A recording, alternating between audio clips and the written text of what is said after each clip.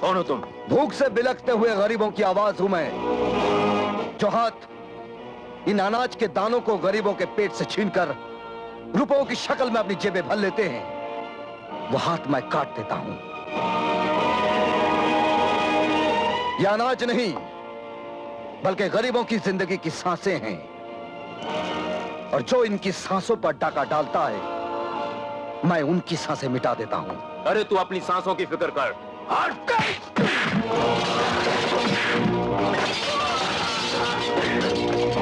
देख, तुम्हारे पापों की वजह से यह तराजू भी डगमगा रहा है। अब इसी कांटे से मैं तुम्हारे पापों का हिसाब करूंगा।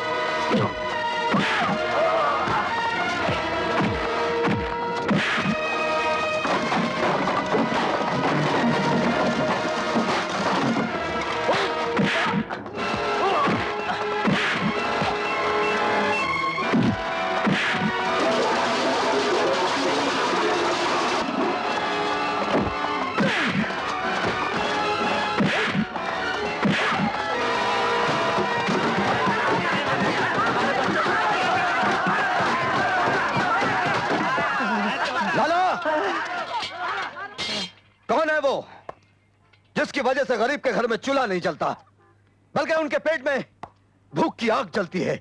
बताऊंगा तो मुझे मार डालेंगे।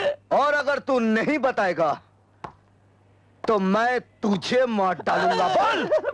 बताता हूँ। जेके वो सारा सामान ले जाता है। जेके से तो मैं निपट लूंगा, लेकिन इससे पहले तू इनका हक इन्हें दे दे। आओ भाई, अपना अपना राशन ले जाओ। आओ भाइयों, अपना अपना राशन ले जाओ। आओ भाइयों, अपना अपना राशन ले जाओ। राशन बहुत बड़ा है, राशन बहुत बड़ा है। लाइन में लग जाओ भाई, लाइन में लग जाओ।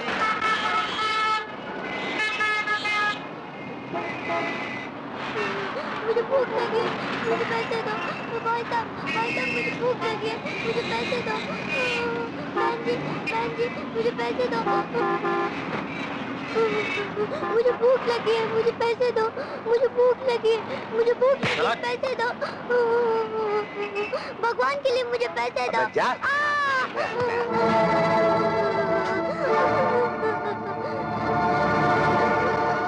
किसके सामने हाथ फैला रहा है? दुनिया के इस शोर शराबे में तेरी आवाज कोई नहीं सुनेगा। ये साले खुद पैसे के भूखे हैं। तेरी भूख क्या समझेंगे? तेरी भूख तो वही समझ सकता है जिसे भूख का एहसास हो। मेरे साथ चल, खाना भी मिलेगा और काम भी। आ।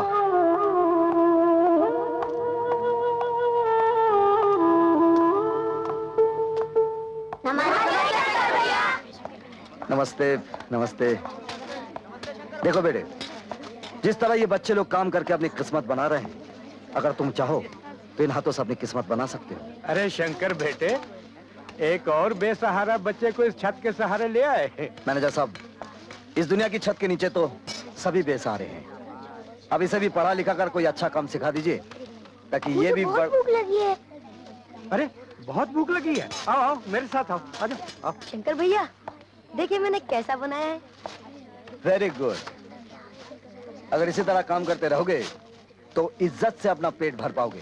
शंकर भैया, जब मैं बड़ा हो जाऊंगा ना, तो मैं भी आपकी तरह गरीबों का पेट भरता रहूंगा।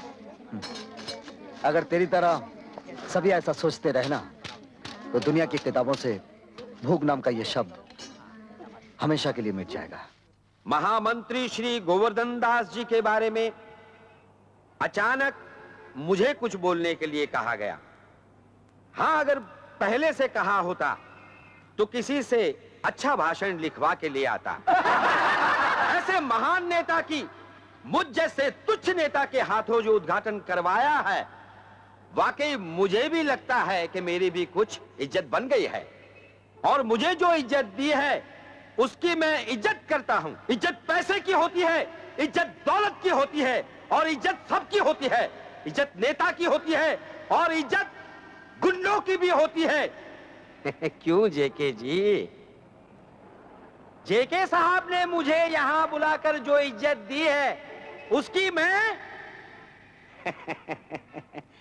इज्जत करता हूं। और आप लोगों से विनती करता हूं कि आने वाले इलेक्शन में आप लोग मुझे इज्जत से वोट दें, क्योंकि मैं आपके एरिया में से जीत जाऊंगा तो वो आपकी इज्जत होगी, आपकी इज्जत होगी तो मेरी इज्जत होगी, मेरी इज्जत होगी तो गली की इज्जत होगी, और गली की इज्जत होगी तो सारे शहर की इज्जत होगी, और शहर की इज्जत होगी तो सारे देश की इज्जत होगी, और देश की इज्जत होगी तो आप सबकी इज्जत होगी। इसलिए कहता हूं कि आप सब लोग मेरे साथ मिलकर बोलिए, जय इज्जत, जय इज्जत, जय इज्जत, जय इज्जत। सर, एक बात मेरी समझ में नहीं आई। आपने उस मंत्री को खुश करने के लिए नेता का पुतला परदेश से मंगवाया, और वो भी 5 लाख का। बेवकूफ, वो पुतला 5 लाख का नहीं, 2 करोड़ का है, 2 करोड़ का। सर, मैं कुछ समझा नहीं। मैं समझाता हूँ। तुम्हें याद होगा, आज से 2 महीने पहले हमने जो अनाज चोरी से इस मुल्क से बाहर भिजवाया था जी, उसके बदले 2 करोड़ का सोना और हीरे उस नेता के पुतले में हमने मंगवाए हैं। ओह, तुम्हें आज ही रात वो अपने नेता का असली पुतला हमारे ठिकाने पे पहुंचाना होगा, और उसकी जगह नकली पुतला रखना होगा।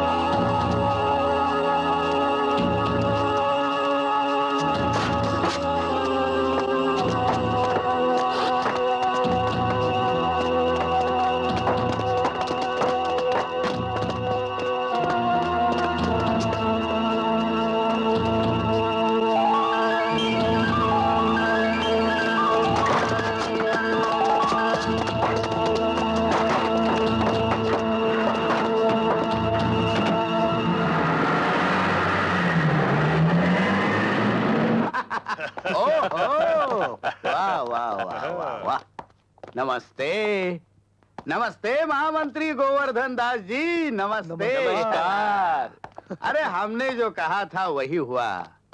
तुम लोगों को हमारे अकल की तारीफ करनी चाहिए। वाह जेके साहब, आप तो सचमुच महान हैं। और आप तो अकलमंदी की चट्टान है। आप तो चालाकी का तूफान है। वाह वाह वाह, thank you very much Bob. अब मैं मंत्री जी के कान में उंगली डालूंगा और माल बाहर आ जाएगा।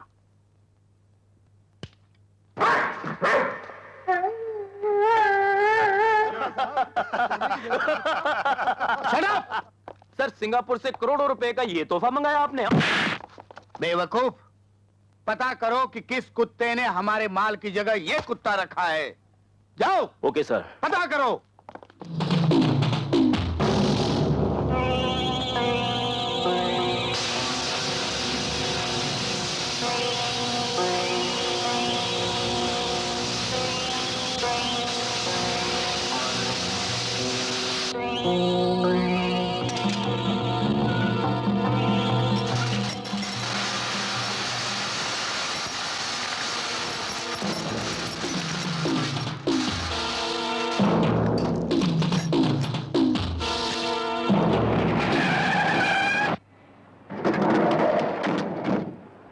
मान गए शंकर, लगता है तुम्हारा बॉडी में मटन का नहीं लोखंड का दिल है। लोखंड की बात छोड़ो रॉकी, सोने और हीरों की बात करो। ये देखो,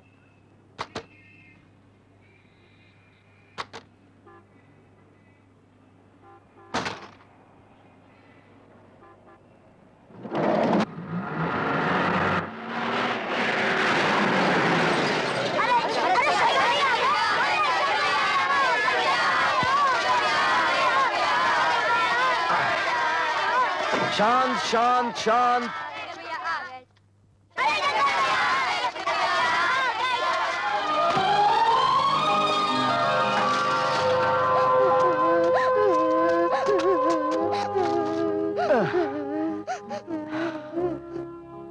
चोट तो नहीं आई बेटे? शंकर भैया मैं कभी चल सकूंगा? अरे चल क्या बेटे, तुम तो दौड़ोगे। डॉक्टर ने कहा है एक बार ऑपरेशन हो जाएगा तुम एकदम ठीक हो जाओगे।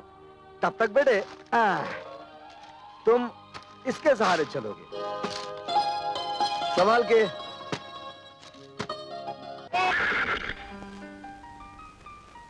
जानते हो, जो कुछ भगवान ने बनाया है सब में जान होती है।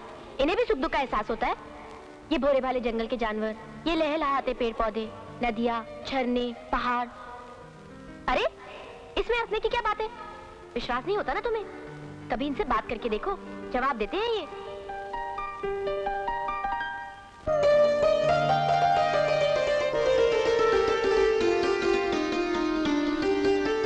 अरे शहरी बाबू तुम? दैया रे दैया, एक ही थप्पड़ में हमारी बात समझ गए। अरे हम तो स्वर्गीय दीनानाथ मास्टर हो गए। स्वर्गीय? तुमने कल भी यही बात कही थी। भला ये दीनानाथ मास्टर है कौन जो स्वर्गीय होने के बाद भी तुम्हारी जुबान पर बैठे हुए हैं? वो तो हमें भी नहीं मालूम, पर तुम एक बात तो बताओ कि तुम्हें हमारी बात इतनी जल्दी कैसे समझ में आ गई? तुम्हारे करारे थप्पड़ की वजह से। वो तो आनी ही थी। शुक्र करो एक ही थप्पड़ में आ गई। दैया रे दैया, जानना पहचान बात करते ही चले जा रहे हो। जान पहचान तो कल ही हो गई थी उस बेचारे जानवर की वजह से। वैसे लगता है कि तुम अब भी मुझसे नाराज हो। नाराज तो थे हम, फिर हमने सोचा पल्लवी, ये शहरी बाबू तो तेरी तरह जानवरों से प्यार करने लगा है, तो कर दे दुश्मनी खत्म। सो कर दी। अब हम ये सोच रहे हैं कि तुम्हें क्या कह के पुकारे। मेरा नाम राजा है। हमने पूछा तुम्हारा नाम? राजा हो या गंगू तेली, हमें क्या लेना देना? तुम बोलते बहुत हो। वैसे हम ये सोच रहे हैं कि तुम्हें साथी कह के पुकारे। साथी? साथी का मतलब समझते भी हो कि नहीं? नहीं, समझा दो ना। ओफो, क्या क्या समझाना पड़ेगा तुम्हें। साथी का मतलब होता है जन्म जन्म साथ निभाने वाला, जिसके साथ रहने को जी चाहे, जिससे बातें करने को जी चाहे, और जिसके मुंह पर थप्पड़ मारने को जी चाहे। वो तो हमने गुस्से में मार दिया था, दोस्ती में इतनी जोर से थोड़ी ना मारते हैं। लो, हम भी यहाँ खड़े खड़े तुम्हारी बातें सुन रहे हैं और यहाँ पेट में चूहे कूद रहे हैं। अच्छा हम जाते हैं, बहुत जोर की भूख लगी है। लो, हमारी अकल भी मारी गई है। अभी अभी तुम्हें साथी कहा और अकेले चल दिए खाना खाने। अब खड़े खड़े हमारा मुंह क्या देख रहे हो? चलो हमारे साथ, हम उस पहाड़ी के पीछे रहते हैं। तो आ जाओ घोड़े पे, जल्दी घर पहुंच जाओगी। ना बाबा ना, एक जवान लड़का और एक जवान लड़की एक साथ घोड़े पे नहीं बैठते। क्यों? ये बात तुम्हारी समझ में नहीं आएगी। तो समझा दो ना। वो भी समझा दूंगी बाबा, पहले घर पे तो आओ। चल।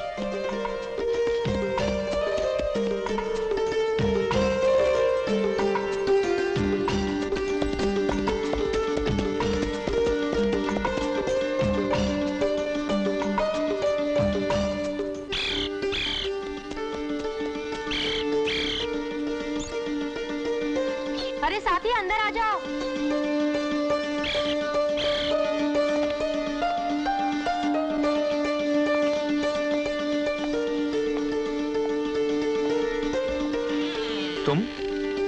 तुम क्या उड़कर आ गई?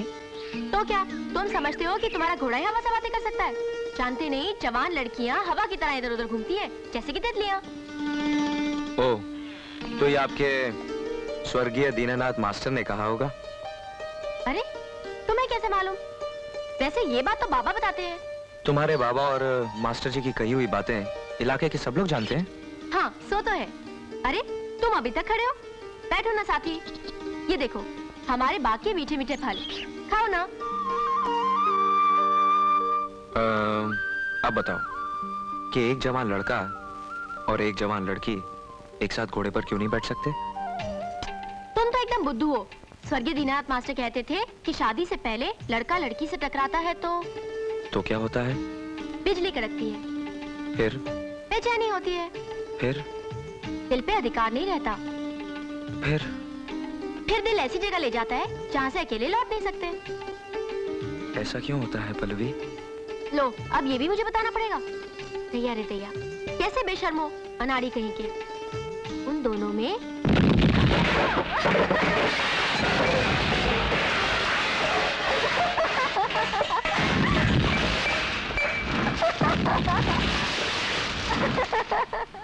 ये कैसा धमाका था? वो पीछे पहाड़ी है ना, वहाँ पे बारूद लगा के चट्टाने तोड़ते हैं। हर बार धमाके पे ऐसा ही भूचाल आता है क्या? अरे ये तो कुछ भी नहीं है। कभी कभी रात को जब बड़ी चट्टान तोड़ते हैं ना, तो इतनी जोर से धमाका होता है कि हमारी झोपड़ी पीपल के पत्ते की तरह काम जाती है, और सोते सोते हम बाबा के बिस्तर पे पहुंच जाते हैं और बाबा हमारे बिस्तर पे। इसमें इतना हंसने की क्या बात है? मैं कोई झूठ बोल रही हूँ? सिर्फ झूठ नहीं, महाझूठ। अरे ये तो वही बात हो गई कि बादल में बांस डाला और बारिश हो गई। बंडलबाज। क्या मैं बंडलबाज हूँ? थोड़ी देर ठहरो, सब पता चल जाएगा। स्वर्गीय दीनानाथ मास्टर कहा करते थे, हाथ कंगन को आरसी क्या और पढ़े लिखे को।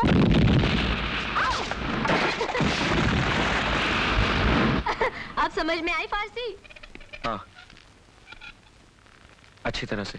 तो इसी बात पे हम तुम्हें गर्मा गर्म चाय पिलाते हैं, वरना बाबा आ गए तो कहेंगे मेहमान को चाय तक नहीं पिलाई। पल्लवी बेटे। लो बाबा आ गए। बड़ी लंबी उम्र है हमारे बाबा अरे की। किसके साथ बड़बड़ कर रही है बिटिया? नमस्ते जी। जीते रहो बेटे। कहीं ये वो नौजवान तो नहीं जिसके गाल पे कल तूने चांटा मारा था? चुप रहो ना बाबा, बेचारे को क्यों याद दिला रहे हो? उसका गाल दुखने लगेगा। हाँ हाँ, और इसी के लिए तूने मेरी रात भर नींद हराम कर दी थी। हाँ बेटा, ये रात भर तुम्हारे बारे में बड़बड़ाती रही, मैं तो मुंह फेर के सो गया, और ये पगली समझी कि मैं हिरण की और तुम्हारी कहानी सुन रहा हूँ। इसका मतलब बाबा तुमने हमें उल्लू बनाया? नहीं नहीं, मैंने नहीं, ऊपर वाले ने। बाबा। अरे मेरी भोली बिटिया, तू अच्छा एक काम कर, ये ले, शनिवार को डाकखाने में जमा करा देना। एक मिनट एक मिनट एक मिनट एक मिनट, मुझे दे, तू भूल जाएगी, मैं खुद ही जमा करा दूंगा। हम तुम्हारी तरह भुलक्कड़ थोड़ी हैं। अब खाने के समय कोई काम दोगे तो भूल ही जाएंगे ना। लाओ पैसे। हाँ, लेकिन याद करके बेटे जमा करा देना। हाँ करा देंगे। और हाँ बेटे, तुमने कुछ खाया वाया कि नहीं? नहीं शुक्रिया, मैं चलूंगा। ठीक है बेटे, जैसे तुम्हारी इच्छा। Okay sir. बेटे जाओ, मेहमान को बाहर तक छोड़ाओ। हाँ चलो।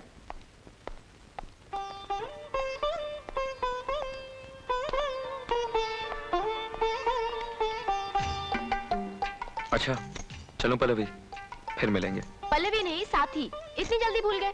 अच्छा बाबा, माफ कर दो साथी। See you. चल बेटा।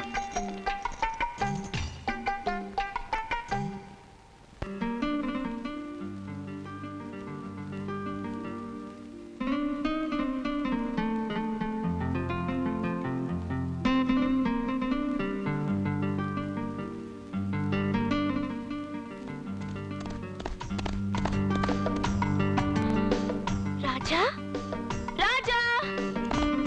मधु,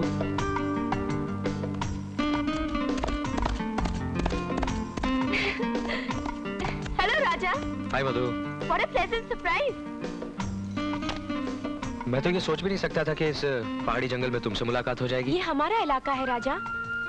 यहाँ से उस तरफ जहाँ तक तुम्हारी नजर जाएगी, ये मेरे पापा शमशेर सिंह राणा का इलाका है। लेकिन ये बताओ, तुम हमारे इलाके में क्या कर रहे हो? जरा सी नजर घुमाओ, इलाका बदल जाएगा। यहाँ से जहाँ तक तुम्हारी नजर जाएगी, मेरे डैडी सूरज भान सिंह की हुकूमत है। तो फिर हम पड़ोसी भी हो गए। ये तो बताओ पड़ोसन, यहाँ अकेली क्या कर रही थी? एक तस्वीर बना रही थी। किसकी? किसी की भी हो। क्यों बताए? हम खुद देख लेंगे। नहीं राजा, अभी अधूरी है। अरे दिखाओ तो सही। प्लीज राजा, जिद मत करो। अब तो हम देख कर ही रहेंगे। राजा। दिखाओ। नहीं राजा। दिखाओ मुझे। नहीं प्लीज। देखने दो। मधु बिटिया, राणा साहब ने तुम्हें घर बुलाया है, जल्दी। चलती हूँ राजा, जब तस्वीर पूरी हो जाएगी तब दिखाऊंगी। Okay, bye bye.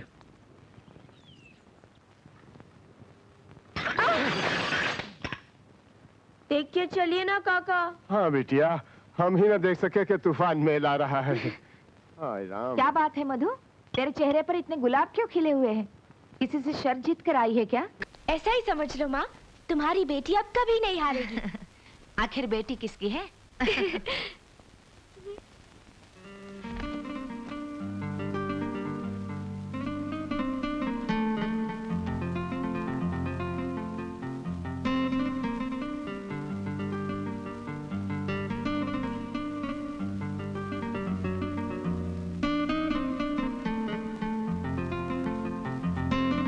सुना तुमने? मधु ने अब ना हारने की कसम खाई है। तुम्हें अपना जो बनाना है